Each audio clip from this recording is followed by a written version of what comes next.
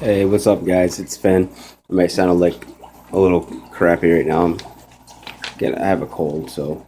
Um, anyway, what I was going to talk about was how to about the growth of your fish. All right. So, for instance, if you have a smaller aquarium, let's say 55 gallon with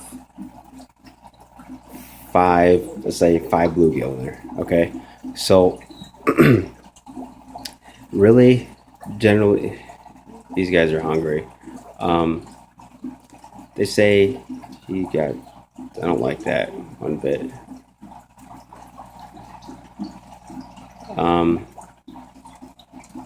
Generally, they say 10 gallons per fish. Okay,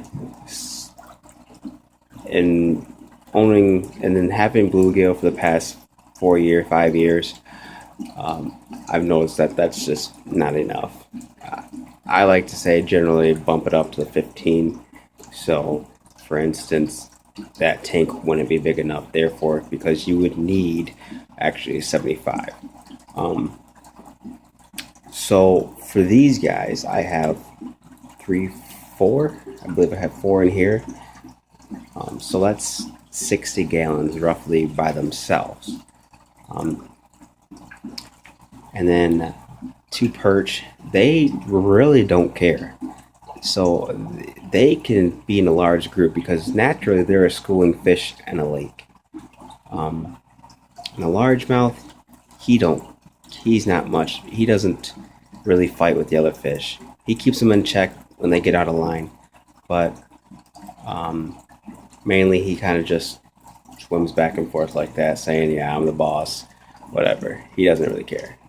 So if you want your gills to grow properly, because they will stop growing. I mean, this guy right here, he is as old as that big guy back there. The main thing is, I had him cooped up um, in a 75 gallon with a lot of other bluegills I believe I had at the time. And then I got hit with a sickness, and the reason why they got sick is because they were stressed. And if a fish gets a disease, then that can stop their growth. Believe it or not, it can cause growth issues with the fish.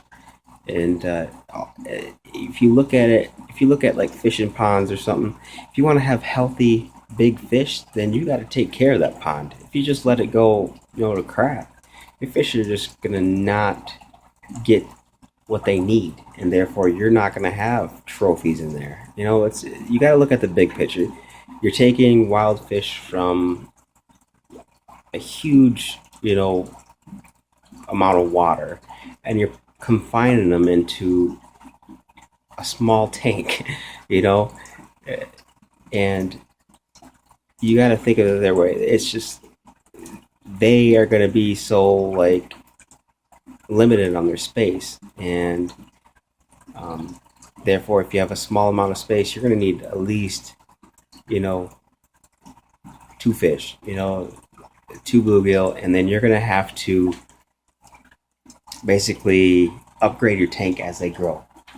Or if you just want to go outright and buy like a 300 gallon tank and throw like three bluegill in there, then that's fine too.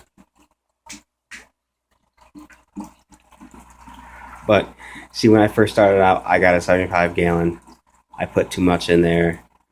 I learned my lesson too fast, and it got sickness because fish were stressed, and that's what happened to him. He was in a really jammed community, got sick, stunted his growth. Miraculously, he's probably sitting at, I want to say, 8-9 inches at least. But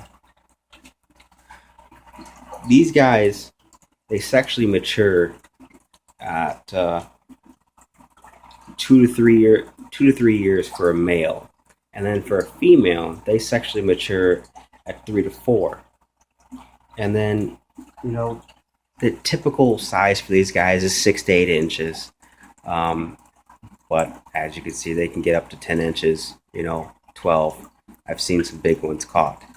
Um, and they live, the general lifespan of these guys is about 5 to 6 years. So he's on roughly, what, I think 4.5, 5 years. So we'll see. This is a really, helps me learn a lot because I observe these guys every day, and I'm an outdoorsman. I love to fish, and I can see how these fish like to school together. Or yellow perch, big yellow perch, they like to hide.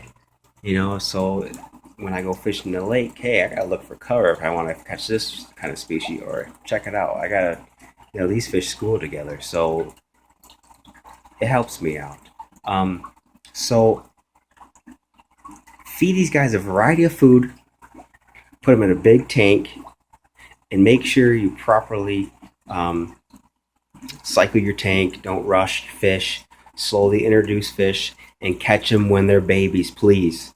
Because when you catch them when they're bigger, they just don't adapt right. They get really stressed because who knows how long they've been growing for in that lake or pond, wherever you caught them. It's just gonna, in my point of view, is just, hey, catch them when they're babies. Um, use a minnow trap. Go in a river, creek, or lake, and set it, in a deep hole for the river, creek, and then for your lake, if you got a dock or something, or if there's some bluegill, hanging out, throw it in there. You can put bread in there, but I don't put anything in there, and usually I have fish in there within a couple hours. Um, so, um, yeah, that's really all there is if you want to have your fish grow good. You really have to take care of them, and they're very messy fish. So you got to stay up on their maintenance too. Um, but other than that, that is about all I have for this video. I'm going to feed these guys, and appreciate all of the guys' feedback. It really helps me out and lets me know what I got to do to correct any mistakes I made, or if I forgot anything, then feel free to ask a question. Um, oh yeah, for temperatures, real quick. Uh, when their water temperature is warm, their metabolism shoots up, so they're going to be hungry more. If it's colder, it's going to be chilled. It's going to be slow, relaxed. So if you got it like 50 degrees, holy crap, they're going to be kind of sluggish. But my take is about 60 degrees, and they eat just fine once a day, and they're good. So any other than that, just feel free to ask any questions. And like I said, I appreciate it. Thanks.